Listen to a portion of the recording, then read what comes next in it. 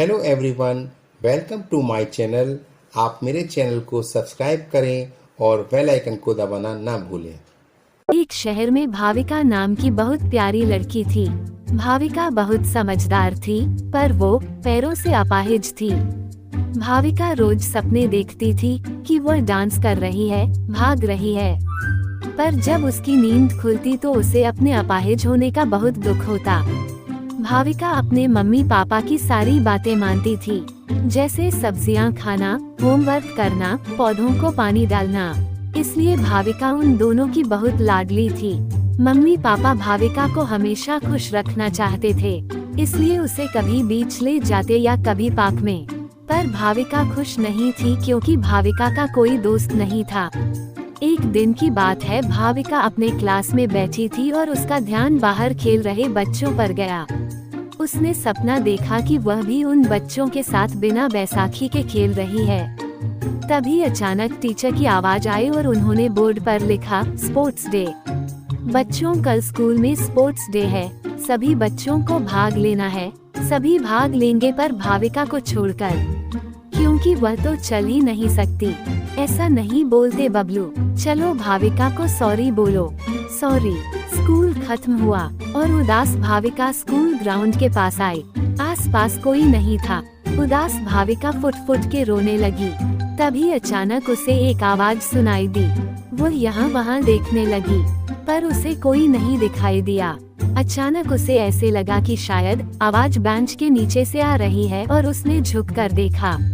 एक कबूतर का बच्चा बेंच के नीचे फंसा हुआ था। तो तुम यहाँ हो। तुम शायद उसे घोंसले से यहाँ गिर गए और यहाँ फंस गए। चलो मैं तुम्हारी मदद कर देता हूँ। भाविका उस नन्हे कबूतर की मदद करने लगी। उसने उसे प्यार से उठाया और उसे बेंच पर रख दिया। चलो अब तुम अपने घर जाओ। अपने बच्चों को देखकर कबूतर की माँ बहुत खुश हो गई। शुक्रिया, तुम बहुत अच्छी हो। तुमने मेरी और मेरे बच्चे की मदद की। मैं तुम्हें तोहफा देना चाहती हूँ।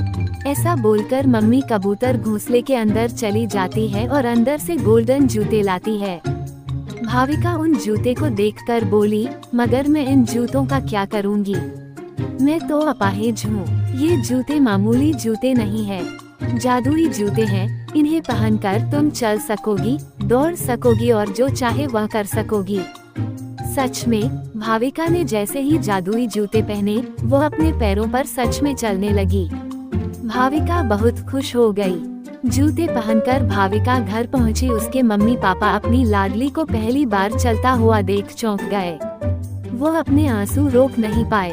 मम्मी, डैडी, मैं चल सकती हूँ, पर कैसे? इन जादुई जूते की वजह से मैंने नन्हे कबूतर की मदद करी, तो मम्मी कबूतर ने ये जादुई जूते मुझे तोहफे में दिए। अगले दिन भाविका स्पोर्ट्स डे में भाग लेने गई। सभी लोग भाविका को देखकर वहाँ सब चौंक गए। भाविका ने रेस में भाग लिया और जादुई जूते के कारण वह जीत गई। मम्मी कबूतर का जादुई तोहफा। जादुई जूते भाविका के जीवन का सबसे अच्छा तोहफा साबित हुआ।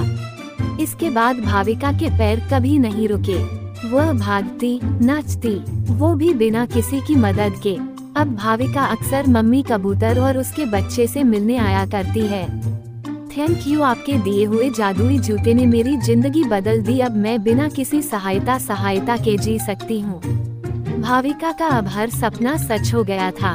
वह चल सकती थी, कूद सकती थी, नाच सकती थी, खेल सकती थी और उसके बहुत सारे दोस्त थे। इसीलिए कहते हैं कि दूसरों की मदद करने से खुद की मदद होती है। धन्यवाद।